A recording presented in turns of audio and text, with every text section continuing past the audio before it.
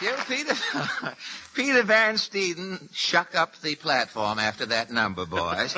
Peter Van Steeden and the Ipanamanians have just played That's a Plenty. That's no thought of mine. That's the name of the song. And now, ladies and gentlemen, I know you didn't expect to meet... Whom, Fred? A man you aren't expecting to meet until the end of the month, Harry. The landlord, Fred? No, it's Santa Claus. Santa Claus? Oh, goody. Yes. The only man who can get a laugh before he said anything. The gentleman I am about to interview himself interviews several thousand kiddies a day. For 11 months each year, his name is Jim Willis. But when December rolls around, he suddenly appears in Macy's toy department, where he is known as Santa Claus. And so, ladies and gentlemen, I know you didn't expect to meet that Yuletide myth, that man about flue and chimney, Santa Claus in person. Good evening, Mr. Claus. Merry Christmas, Fred. Well, thank you, and the same to you, Mr. Claus. Oh, you can call me Santa, Fred. Well, that's very nice of you. I didn't want to get so intimate on first meeting. Well, Santa, you certainly look pretty snappy in that ermine-sprinkled red jacket and those crimson +4s you have on there. Thank you, Fred. Do you really like this suit? Oh, it's a dandy. You look like a bloodshot, good humor man.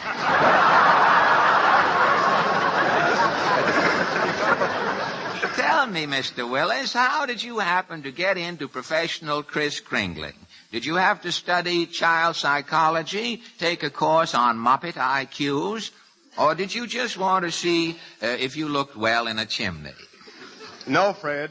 3 years ago, Macy's advertised for Santa Claus. Yes? Oh, there were quite a few applicants. And P.S., you got the job. That's right. Well, what qualifications must a mock St. Nicholas boast? Do you have to cut a dash in Red Balbriggans? Do you have to have a waistline like that World's Fair Perisphere? No, Fred. This stomach is padded. And like most phony corporations, it puts on a big front. If the little kiddies only knew that Santa Claus stooped to abdominal taxidermy. Oh. But you're not going to tell them, Fred. No, Mr. Santa Claus, I mean.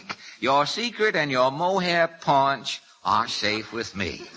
But tell me, what other assets must a professional Santa Claus possess? Well, first I say he has to be an actor, Fred. An actor. Did you serve your apprenticeship with the Guild or the Little Group Theater at Red Bank before you went to Macy's? No, but I spent a good many years in vaudeville. Ah, vaudeville. The dodo of show business. I used to be in vaudeville, Santa Claus. I did a juggling act. 2 minutes of juggling and 8 minutes of picking things up. I always tried to leave the stage as I found it. I know. I saw your act once, Well, Fred.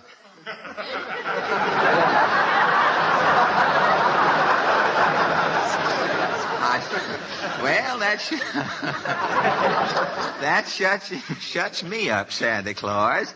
What sort of an act did you used to do? Oh, singing and dancing. You know, those were the good old days, Fred. Ah, yes. The only time an actor gets to tread the boards these days is when he crosses 6th Avenue. Good old vaudeville. I played a theater in Des Moines one time. It was so small, every time an actor took a bow on the stage, dandruff fell in the lobby. Well, vaudeville got me into Santa Claus business, Fred. And today it would take Santa Claus to get anyone into the vaudeville business. I met a female impersonator today. He hasn't worked for 2 years. It's made a man out of him. But tell me, what else, other than a stage background, is essential to a department store Santa Claus? Well, being good-natured helps, Fred. Well, you certainly fill the bill. Your eyes fairly twinkle out a hearty Yuletide welcome through that chin halo of albino alfalfa you have there. Does my beard really look that good, Fred? Oh, it's the most convincing jowl hedge I have ever seen.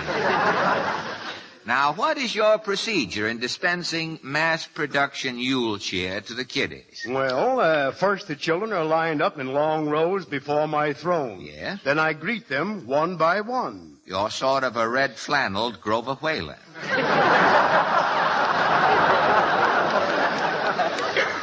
Well, do you beam and greet from 9 to 5 each day? No, Macy's has 4 Santa Claus, working on half-hour shifts. Gosh, even the hallowed prototype of St. Nicholas succumbs to the Wagner Act these days. Well, doesn't it deflate the youngsters' illusion to see a new Santa Claus coming off the assembly line on the half hour? The children never see 2 Santa Clauses at the same time, Fred. Well, it's probably just as well. They'd surely stop drinking if they did. Well, how do you escape to make your way for your stand-in? Now, when my time is up, I tell the kiddies I've got to go in and feed my reindeer. Yeah? And a few seconds later, why, the relief Santa comes out. Well, isn't it confusing with 3 Santa Clauses milling about in that back room? Do you ever get bewildered and tell each other what you want for Christmas? No, we're never that confused, Fred. Fortunately. Now, about your fans, do you find the children's requests have trends? Do they vary from year to year? No, the girls still want Didey or Betsy Wetsy dolls.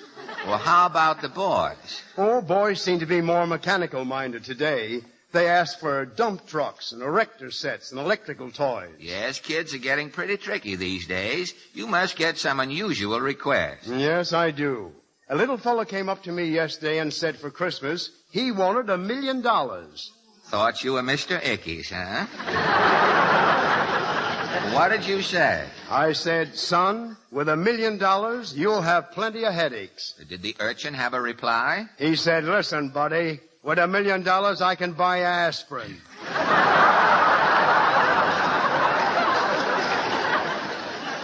Well, that boy will be writing radio programs any day now. What do the mothers do while you're fending off their young? Do the mothers ever ask you for presents? No, they just asked me to make sure and give them back the right children. Well, Christmas, I'd say, is pretty tame here in New York. Have you ever seen a Christmas in Hollywood? No, I haven't, Fred. Well, I was out there last December. You know, before Santa Claus is released in Hollywood, he's previewed at San Diego. Last year, Santa Claus came into Hollywood for a personal appearance. It was 90 in the shade that day. Santa drove down Hollywood Boulevard, drawn by 2 reindeer they had left over from an old Nelson Eddy picture. Tinsel snow was falling. The crowd cheered. Santa walked up to the microphone and swooned, overcome with the heat. I guess Santa Clausing is safer in the East, Fred. Unquestionably. I imagine that during your 3 years as Santa Claus at Macy's, you have talked to a goodly number of juniors. Yes, Fred. On our busiest days, we interview about 30,000. 30,000. About how many children have you greeted today? I guess around 6,000. 6,000. Well, I know you're pretty tired, Santa Claus, and I hate to ask this favor, but before you go, do you think you can squeeze in just one more interview? Who, Fred? Well, Sandy, I don't, like to come right out. Oh, now listen. You don't have to worry, Freddie, my man. I've got your Buck Rogers disintegrator. You sure? Are you sure, Santa Claus? It's in the bag. Good night, Fred. Thank you, and good night, Mr. Jim Willis.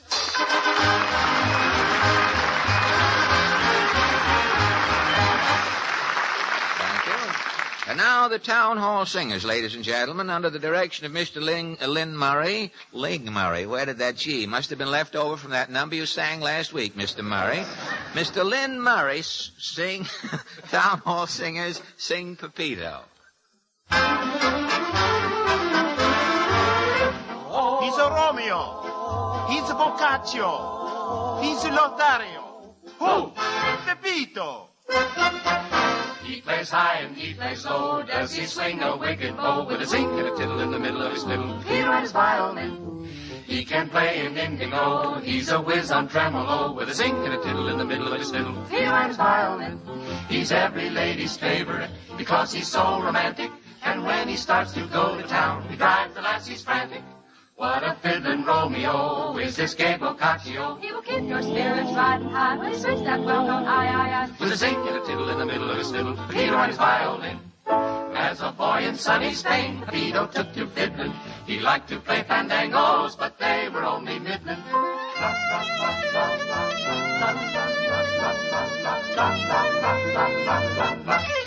Hi! His hair grew long, his art grew deep, his work was never done. He fiddled hard until he learned the spinning song of Mendelssohn. Oh,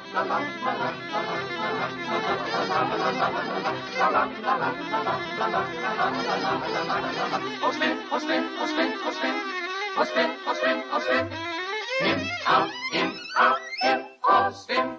Came the war and ended his Garden of Eden. He had to eat, so now he swings for Peter Van Steeden.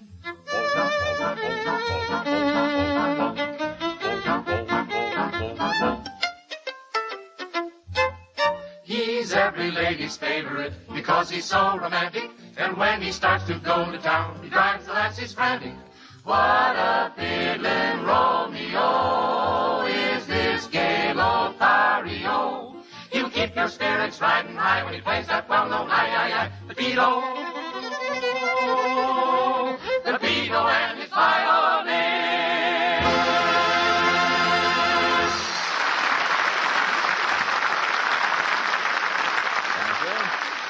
Ladies and gentlemen, it just flashed through my befuddled brain that we've been a little selfish with our Santa Claus. We haven't shared enough of him with our audience. So to remedy that unintentional oversight, we now consult them on their Yuletide wants. Let's start with this lady here. You, madam, if you please. What do you want for Christmas? I want a mink coat. I've always wanted a mink coat. Last year I got a vacuum cleaner. The year before I got a washing machine. But I want a mink coat. Exactly. I work my fingers to the bone, and for what? Do I get a mink coat? Exactly. And a Merry Christmas to you, madam. And now, you, my little man, what have you asked Santa Claus to bring you? Please, Mr. Allen, don't be coy. I've suggested to my parents that I would appreciate a complete Encyclopedia Britannica, an unabridged dictionary, and a first edition of Vanity Fair. And that reminds me, whatever became of the Rover Boys? Well, thanks, buddy. Now you, sir, what do you want for Christmas? Well, I really don't know what I want, Mr. Allen, but I definitely know what I do not want. And that is? A cold.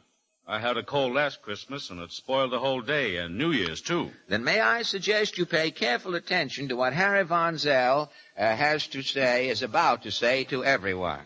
Well, ladies and gentlemen, the next best thing to not catching a cold is to know how to hit it quickly when you do catch one. May I suggest, then, the very minute you begin to sneeze or sniffle, that you get after your cold 2 ways at once with sparkling Sal Hepatica. For as so many physicians will tell you, you can often throw off a cold more quickly if at its very beginning you do 2 important fundamental things. Remove accumulated wastes and help nature counteract the acidity that so often accompanies a cold. And, ladies and gentlemen, Sal Hepatica is especially made to do both of those very things, and to do them promptly. As a laxative, Sal Hepatica brings you quick yet gentle relief. And at the same time, it also helps nature counteract acidity. So do the wise thing. Get a bottle of Sal Hepatica at any drugstore tomorrow, and show your family this famous modern way to fight a cold. With Sal Hepatica.